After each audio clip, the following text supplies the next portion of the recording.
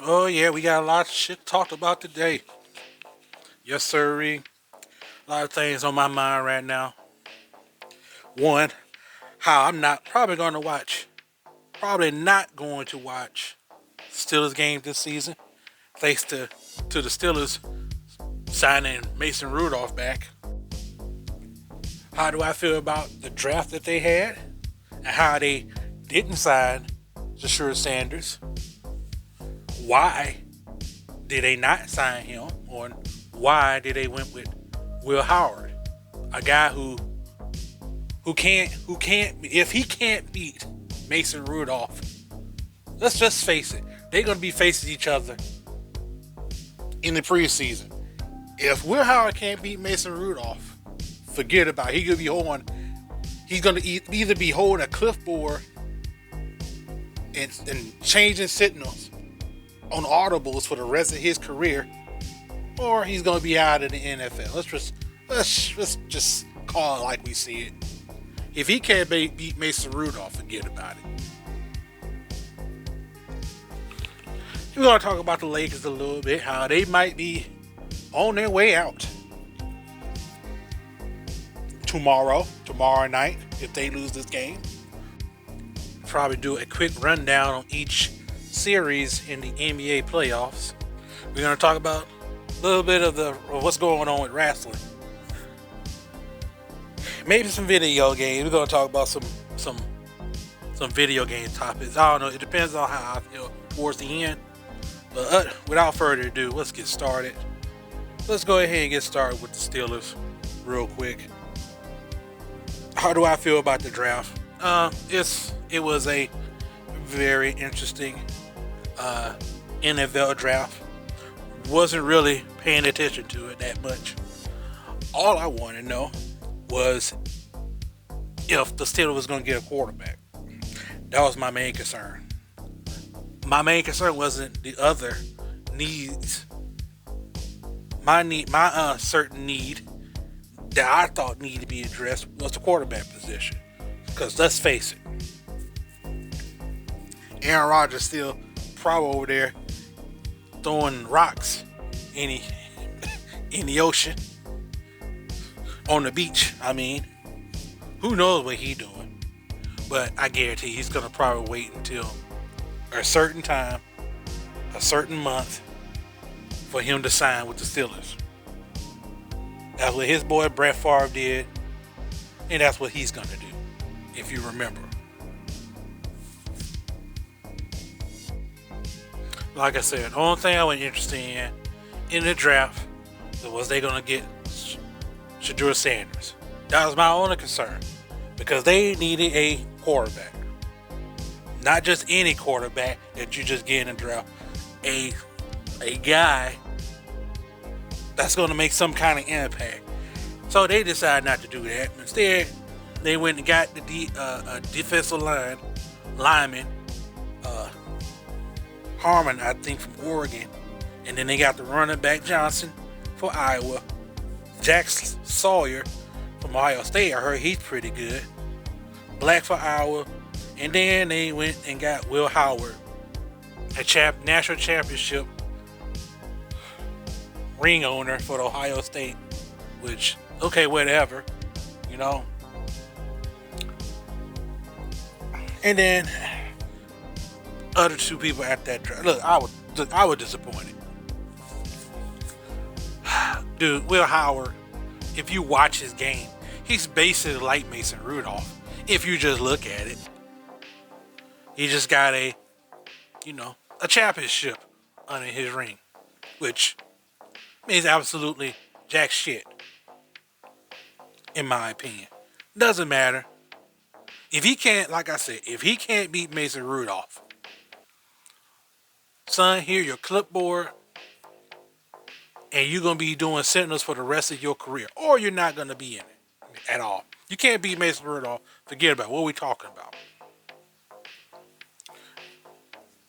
Now let's talk about Shedur Sanders. Now, what's the reason why he dropped so low?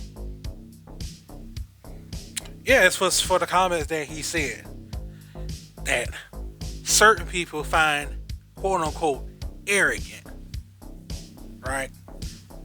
Basically, he said that if the team is not all about changing the culture, changing the franchise or changing the culture, don't even draft him. That's what he said. Now, the blackness in me is like, I'm just be unfiltered, right? Basically, my blackness is saying, like, nigga, don't give these white folks any kind of ammunition on not signing you. Any kind of way. Don't give them anything. You give them one little thing that turned out to be big, they're going to use every excuse on you. Every excuse. Because one, you are Deion Sanders' son. Did you not forget that? You're still black. Did you forget about that too? Holy cow. But was he wrong for saying that? Because if Baker Mayfield came out and said it, or Tom Brady came out and said, or any other quarterback said that, would he drop down like that? I mean, to me, Baker Mayfield would probably be like, oh, he's a rebel. Look at him. Look how confident he is. He's challenging the team to change their culture. The culture. Well, that's the reason why you dropped down, man. Face it. Let's just face it. Like, I would not have said that, but that's why he dropped. And he dropped to the Cleveland Browns. Of all of the teams that drafted him, why it had to be a team in our division? Because I put it like this. Let's just say, theoretically speaking, if he's turned out to be really good, he is going to be terrorizing us along with Joe Burrow and Lamar Jackson for 10 years, at least. While we're still looking stupid looking for a quarterback. I swear to God, hey, I'm telling you, if he turned out to be really good, well, we're going to look stupid. We're going to look dumb. All because we don't like what he said. Dumb. I don't like it. They'll still have had a good draft. We'll see. I'm not really going to make a comment on it. I don't want to make no comment on it at all. I was disappointed. I really don't care about Will Howard unless he beat out Mason Rudolph. If he beat out Mason Rudolph, oh buddy, we made a good. He did a great thing. Like, he'll be. I would not say nothing bad about Will Howard ever again. If he turned out to be the second string quarterback and he made Mason go third, I will shake his hand if I was to meet him for real. But let's move on. Let's talk about the NBA playoffs. I'm having a great time looking at it, despite the Lakers pissing me off for going down 3-1. But this is the issue that the team always had. So if you're a Laker fan, listening to this podcast and you're shocked and upset that, oh, what is happening? Like, did you not forget about what we said what the problem was after they had drafted Luka? How they lack size. That's a big problem, right? You're seeing it. Lack athleticism. You're seeing that, right? Lack defensive players that can handle the perimeter. You're missing that too, right? Because Luka's a liability. James do okay, but he's still a liability. Let's don't even talk about Austin Reeves being a liability. Face it, they need more 3-and-D guys. That's what they need. And this is why I mean, if you look at it, they are playing close. Some of them are going to have to get the blame too. JJ Redd is going to have to get the blame. LeBron's going to have to get the blame for one of them games that he lost for us. I think it was game 3. He deserved the blame on it. You know, Luka Doncic, for some reason, getting bubble guts in the 3rd game out of nowhere. But if you look at it, like, look, Minnesota is a good team. If you're upset that a 6 seed is beating a 3rd seed, I'm telling you right now, in the Western Conference, did you see what's going on with Golden State and Houston right now? Okay? The West is real. Okay? It is real. They got some heavy hitters in the 5th seed, 6th seed, and 7th seed. Let's don't even talk about Memphis. Like, it was unfortunate that what happened to Ja. I feel like we were going to at least get 5 games out of that. At least 5 games, but it is what it is. Let's do a quick rundown on each of the series, basketball playoff series. Let's start with Cleveland and Miami. We'll skip to that because you know Cleveland's going to take care of business. Right? There's no doubt about that. Could they get 1 win? I don't think so. Let's move on to Orlando and Boston. Like, you knew Orlando was going to get at least 1 win. But at the end of the day, Boston is too much for Orlando. Okay, what else are we going to move on to? New York and Detroit. I'm surprised at how the Detroit Pistons got some veteran players on their team. They got Harris, okay? They got Schroeder. They got Tim Hardaway Jr. And they still playing like this? I mean, I'm kind of surprised. Like, this should be, I feel like this should be at least go to 6 games. But it's like New York's going to shut that down in the next game. Milwaukee and Pacers. It's unfortunate what happened to Damian Lillard. You don't want to see that, but Indiana should be taking care of business against Milwaukee. I mean, look, Giannis putting up a good fight, but at the end of the day, it's time to wrap it up. Let's go over to the West. Number 1 seed is, I'm trying to remember without even thinking, OKC. Now, OKC is an interesting case right here. Did it get exposed just a little bit? I mean, you could say yes. I think they did. I think they did just a little bit, right?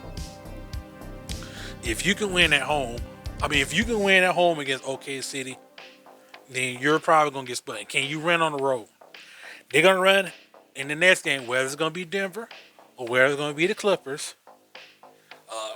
They're going to run up against a good challenging team in the next one.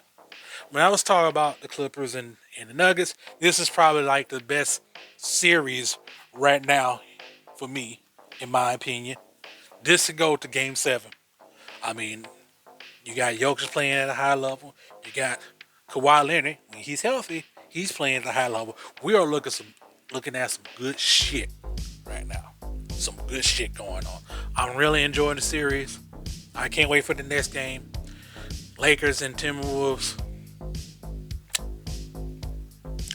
Do you see how good Ant-Man is? I feel like he's not aggressive enough for me. Like, if his aggressiveness is at 65%, I feel like he should go 70. But he is just smooth on the court. He take his shots that he knows that he's gonna take with confidence. If you look at it, I like his game. He's just carving up the Lakers right now. Luka is doing his thing. He's doing the best he can. But like I said, the issues that the Lakers had is showing. Too many turnovers. That's another thing too. Too many critical turnovers is killing this team. mean, LeBron's gonna have to really look at himself after this one. Like, dude, this what? Can they push to at least a game 6? That's what I want to see. Give me a game 6 at least. Game 6, game 7, great, but at least you got to give me a game 6. You got to win. You got to win tomorrow.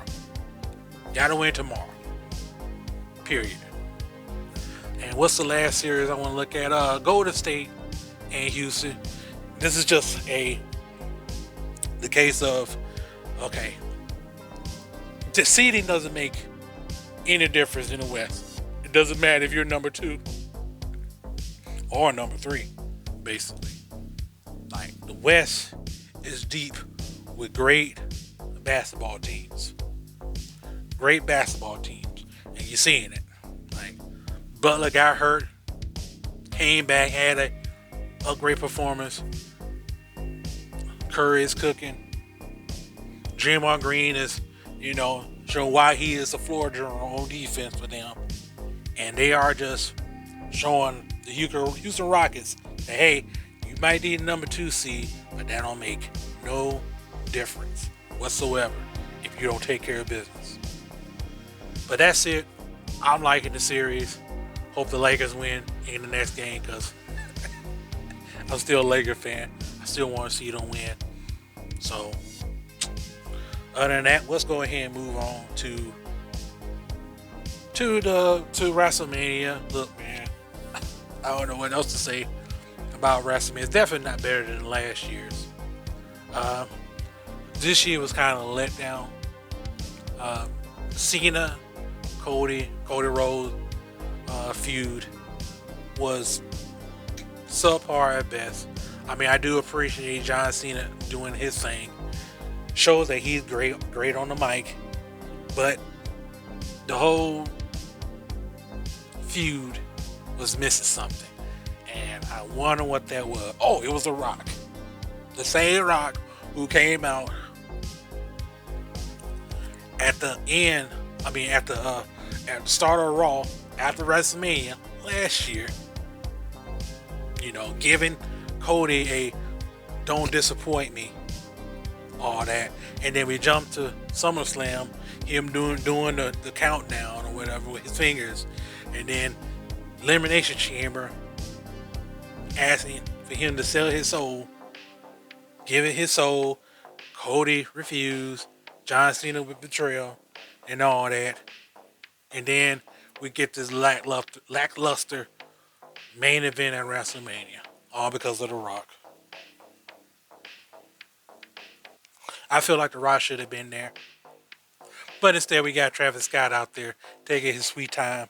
My whole feelings about The Rock is this. Hey, man, I don't want to see the final boss anymore, at all. I don't want to see it. If you're not going to be committed into the storyline, don't do it at all. Just go out there as Dwayne The Rock Johnson, for all I care. But for God's sakes, dude, like that was a bummer, a letdown, in my opinion.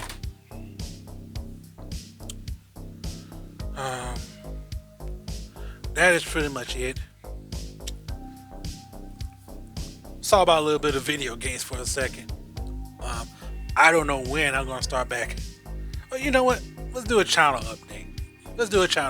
Instead. I don't know when I'm coming back at all. Got a PS4 that's, comes on when it feels like it. So I won't be making any videos for a while on that. And that's the update. Video game news.